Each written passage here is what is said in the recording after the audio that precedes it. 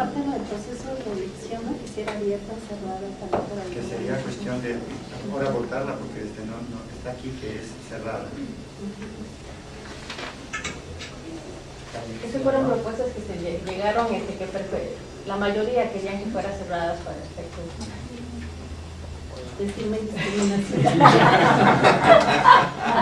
Para efectos de conservar buenas relaciones de todos los actores. Es cerrada, es nominados, pero tampoco dice cómo se nomina. La nominación es abierta, ¿no? La nominación es abierta. La nominación es abierta. Ajá. Y la votación, La votación cerrada.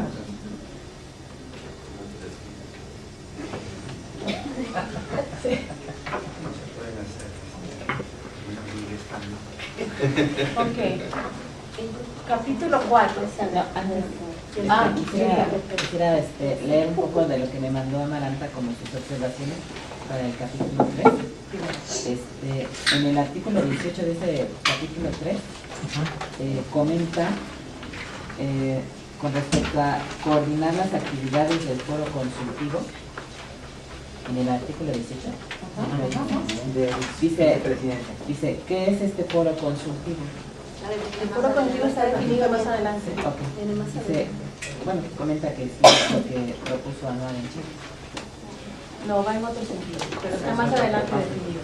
Bueno, eso es lo que comenta el foro. Bien, ahora cerramos esto en la discusión.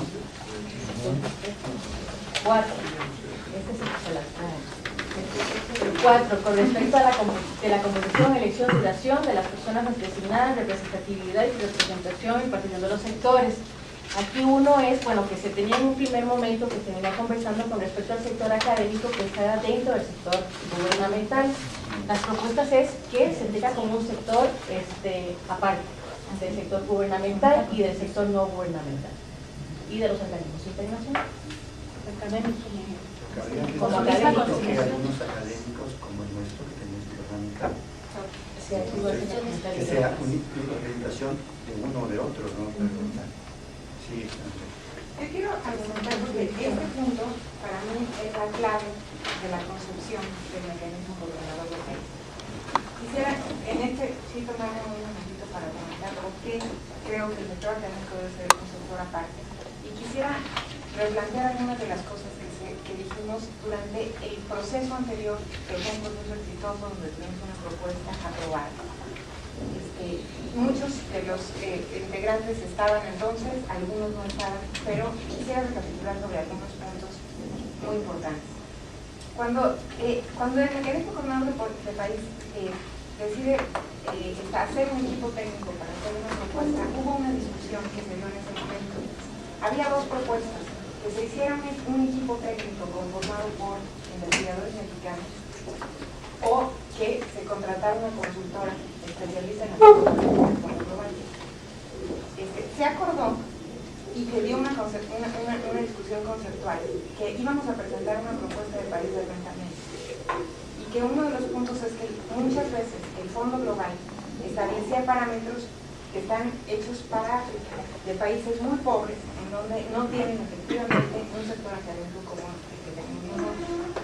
Se acordó que se integrara por investigadores mexicanos y que hubiera además consultas internacionales en un ánimo de apertura, como es además el sector académico que tenemos en el país. Eso se acordó, y creo que cuando en el pasado foro latinoamericano el representante del Fondo Mundial de América Latina explicó y nos contó cómo había sido la aprobación de México, una de las cosas que hablaba es que era una propuesta que había sorprendido al Fondo Mundial, porque no era una propuesta que estaba buscando apoyar o sustituir las obligaciones del gobierno, de un gobierno que no es el gobierno de Zimbabue, ¿no? O sea, que es un gobierno sólido, fuerte, con gobiernos estatales, soberanías, y que tiene un programa nacional que tiene reconocimientos internacionales. Y creo que esa honestidad y ese recuperar el sector académico de la discusión fue un asunto que fue exitoso, y eso lo explicó el representante del Fondo Global, y lo dio como una de las razones de por qué se había confiado en la República de México y porque había sorprendido.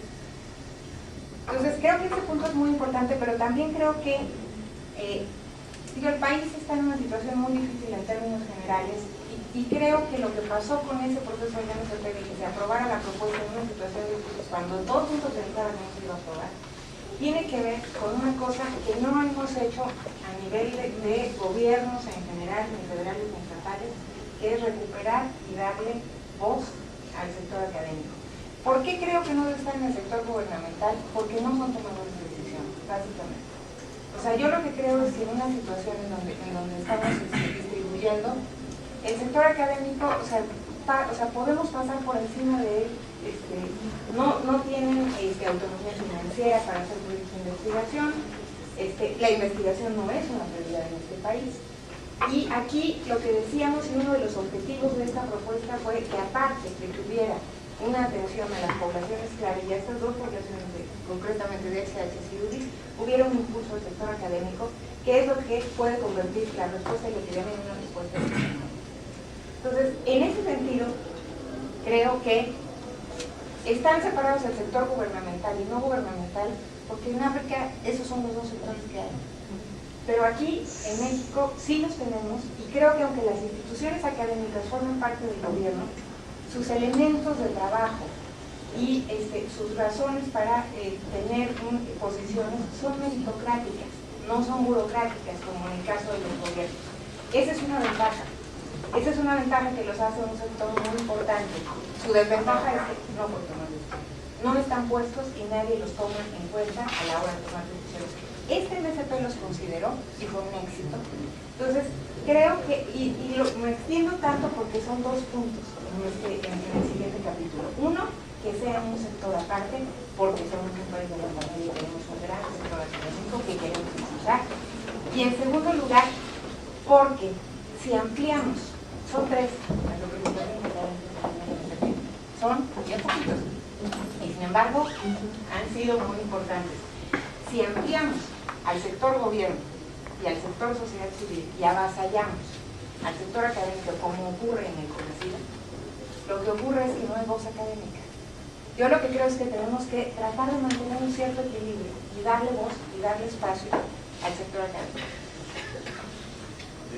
Sí, en relación a la perspectiva que la sociedad civil tenemos en relación a la pertenencia del sector académico dentro del sector no gubernamental,